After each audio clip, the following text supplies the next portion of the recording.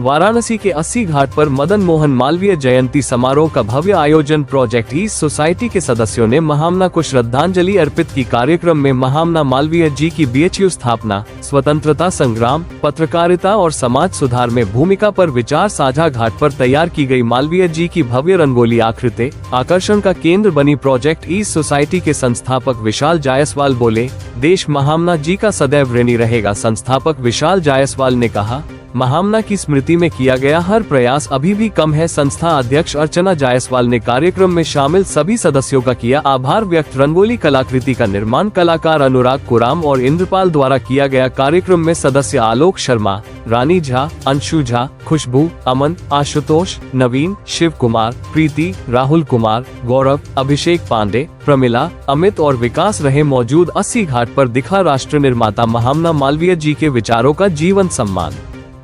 Sir ji please अपना short intro बता दें। मेरा नाम विशाल जायसवाल है, हम लोग प्रोजेक्ट इस संस्था से। सर आज यहाँ पे संस्था की तरफ से हम लोग देखा जा रहा है हृदय विराम मूर्ति बनी हुई है यहाँ मालवीय जी की, क्या प्रेरणा क्या उद्देश्य करती है? संस्था का उद्देश्य यही है कि मालवीय जी का जो आदर्श है वो पूरे समाज में हम लोग फैलाएं। जो उन्होंने त्याग किया, जो बलिदान दिया है, वो लोग उससे अवगत रहें, यही संस्था का लक्ष्य है। और क्योंकि भारत महामना का ऋणी है, ये लोगों को बताना ज़रूरी है। सर हम लोग देखते हैं कि आप कहीं ना कहीं शिक्षा को लेकर के बहुत जागरूक रखते हैं, तमाम बच्चों को पढ़ाते हैं, निःशुल्क शिक्षाएँ देते हैं। क्या कहना चाहेंगे, गवर्नमेंट को भी कुछ अभी इस क्षेत्र में काम करने की जरूरत है शिक्षा में?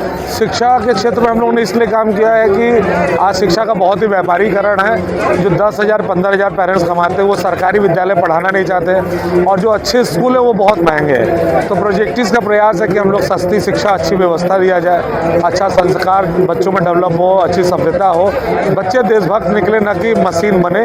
ऐसा अपना मानना है कि हम लोग ऐसा कार्य करें। सर कुछ लोगों का कहना ये है कि जो प्राचीन गुरुकुल पद्धति थी उसको आज के समय में मॉडर्न करके लाया जा सकता है बच्चों के लिए। बिल्कुल, बल्कि लाना ही चाहिए, क्योंकि आज जो शिक्षित वर्ग है ना, वो सबसे ज़्यादा समाज को लूट सकता है और सबसे ज़्यादा समाज का सेवा कर सकता है। तो जो डॉक्टर है, इंजीनियर है, तो उनको तय करना होगा भैया पैसा कमाना कितना है। समाज को लूटने के लिए हम डॉक्टर बने कि इंजीनियर बने कि अपने देश के लिए, राष्ट्र के लिए कुछ काम करना है। ये जानना ये तभी होगा जब गुरुकुल शिक्षा पद्धति पे हमारा समाज आएगा और उनको अपनी मानवता याद रहेगी।